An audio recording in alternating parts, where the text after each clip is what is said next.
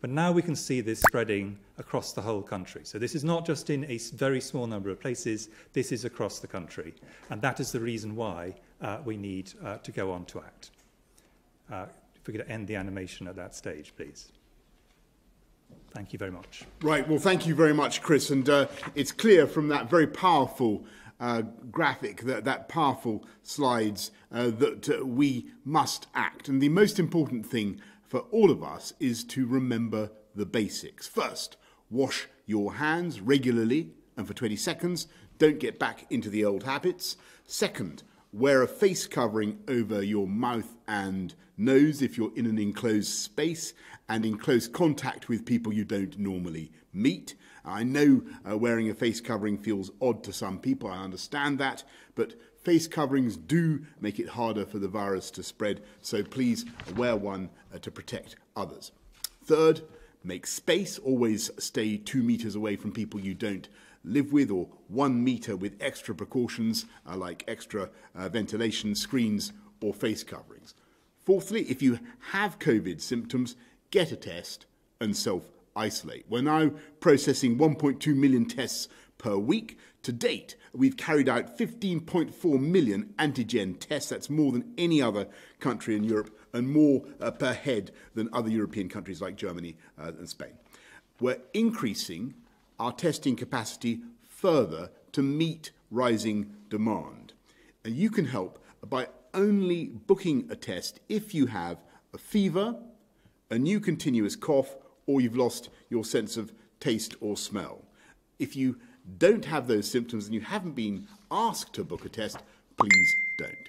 So those are the basics: hands, face, space, and get a test if you have COVID symptoms. Since the pandemic began, we've asked you to reduce your social contact and limit your interactions with friends and family. And I know that over time, the rules have become quite complicated and confusing. We've spoken to police officers about what they need for an effective enforcement regime, and of course we've listened to feedback from you, from the public. So we're responding, and we are simplifying and strengthening the rules, making them easier for everyone to understand and for the police to enforce. I should stress that if we are to beat the virus, then everyone at all times should limit social contact as much as possible and minimise interactions with other households. It's safer to meet outdoors, and you should keep your distance from anyone you don't live with, even if they're close friends or family. So in England, from Monday, we're introducing the rule of 6. You must not meet socially in groups of more than 6, and if you do, you will be breaking the law. This will apply in any setting, indoors or outdoors, at home or in the pub. The ban will set out in law and it will be enforced by the police. And anyone breaking the rules risks being dispersed, fined, and possibly arrested. This single measure replaces both the existing ban on gatherings of more than 30 and the current guidance on allowing 2 households to meet indoors. Now you only need to remember the rule of 6. There will be some limited exemptions. For example, if a single household or support bubble is larger than 6, then obviously they can still gather. COVID-secure venues like places of worship, gyms, restaurants, hospitality venues can still hold more than 6 in total. Within those venues, however, there must not be individual groups larger than 6, and groups must not mix socially or form larger groups. Education and work settings are unaffected. COVID-secure weddings and funerals can go ahead up to a limit of 30 people, and organised sport will still be able to proceed. As we found on previous occasions, this rule of 6 will of course throw up difficult cases.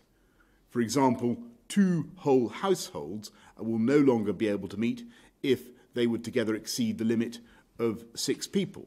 And I'm sorry about that. And I wish that we did not have to take this step.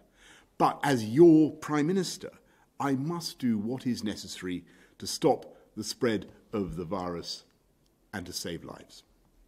And of course, we will keep the rule of 6 under constant review and only keep it in place as long as it's necessary. I also want to see, and the public wants to see, stronger enforcement of the rules which are already in place. So I've tasked the Cabinet with increasing enforcement, and I would like to thank the police, as always, and other authorities for the work they're doing to keep us all safe. In future, premises and venues where people meet socially will be legally required to request the contact details of a member of every party, record and retain these details for 21 days, and provide them to NHS Test and Trace without delay when required.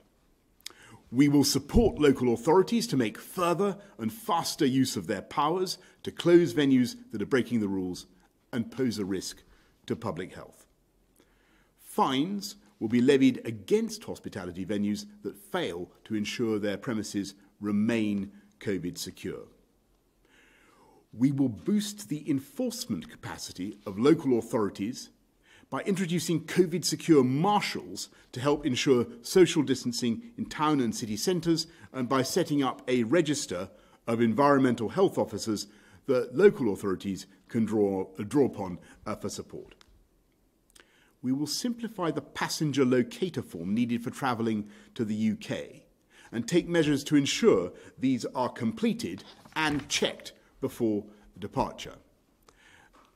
Border Force will step up enforcement efforts at the border to ensure arrivals are complying with the quarantine rules. We will also restrict the opening hours of premises initially in some local areas.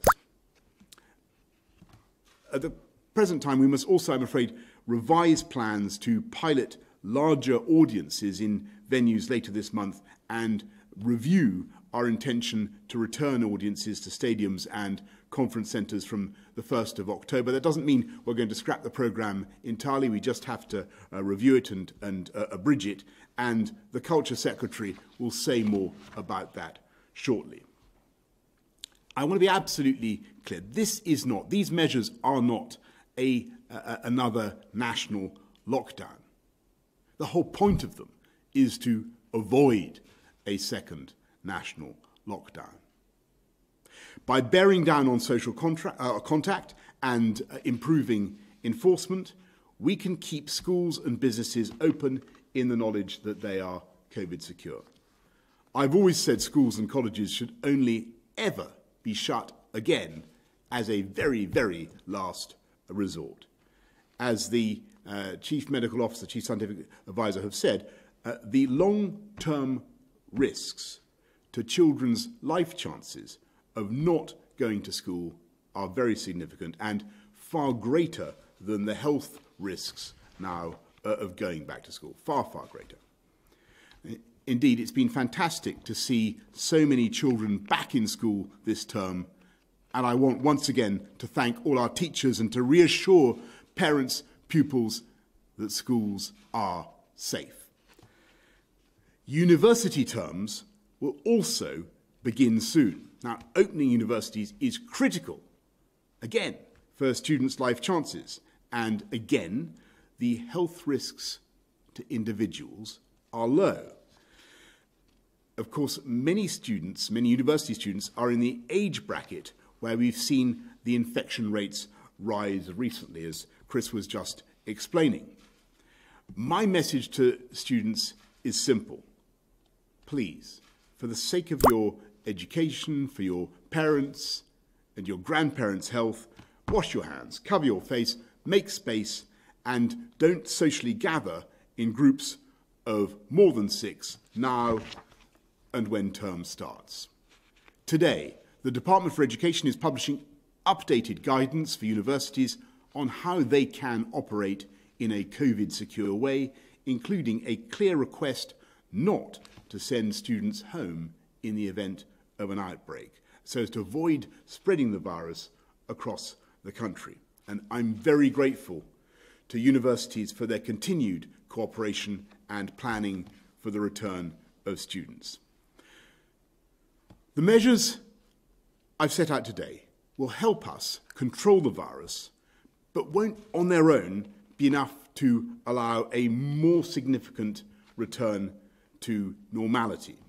Patrick is going to set out in a moment where we are on vaccines and treatments, but we're not there yet, and of course there are no guarantees. So, over the summer, we've therefore been working up an alternative plan which could allow life to return to closer to normality. And that plan is based on mass testing. Up to now, if you think about it, we've been using testing primarily to identify people who are positive so that we can isolate them from the community and protect high-risk groups. And that will continue to be our priority. We're working hard to increase our testing capacity to 500,000 tests a day by the end of October. But in the near future, we want to start using testing to identify people who are negative, who don't have coronavirus, who are not infectious, so we can allow them to behave in a more normal way, in the knowledge that they can't infect anyone else with the virus. And we think, we hope, we believe that new types of tests, which are simple, quick, and scalable, will become available. And they use swabs or saliva and can turn around results in 90 or even 20 minutes. Crucially, it should be possible to deploy these tests on a far bigger scale than any country has yet achieved. Literally millions of tests being processed every single day. And that level of tests would allow people to lead more normal lives without the need for social distancing. Theatres and sports venues could test an audience, all audience members one day and let in all those with a negative result, all those who are not infectious.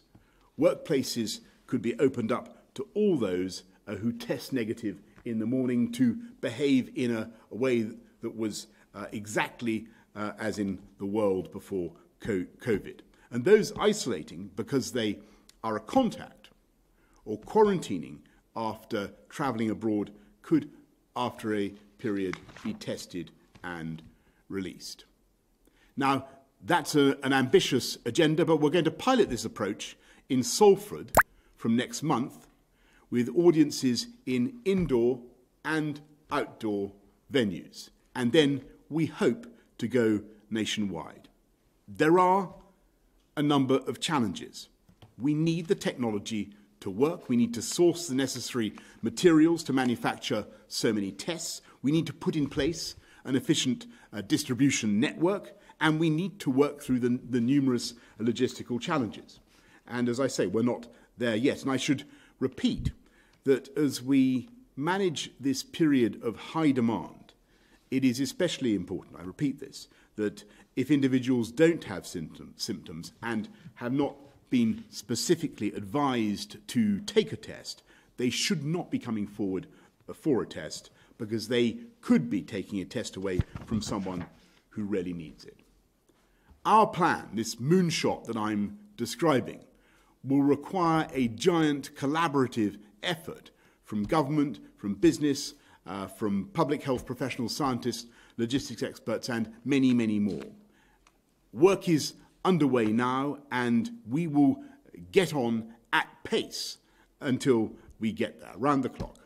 We're hopeful this approach will be widespread by the spring, and if everything comes together, it may be possible, even for some of the most difficult sectors, like the theatres, to have life much closer to normal before Christmas.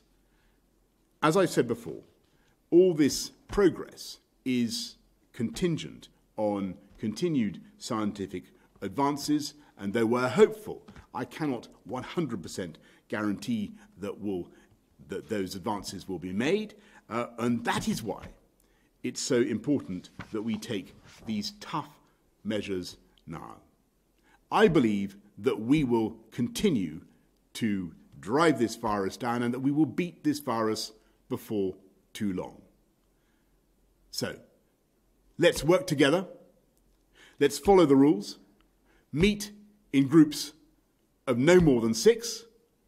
Wash your hands, cover your face, make space. Thank you. I'll now hand over to Patrick, who will set out the latest on vaccines and treatments, and then we'll go to questions from the public.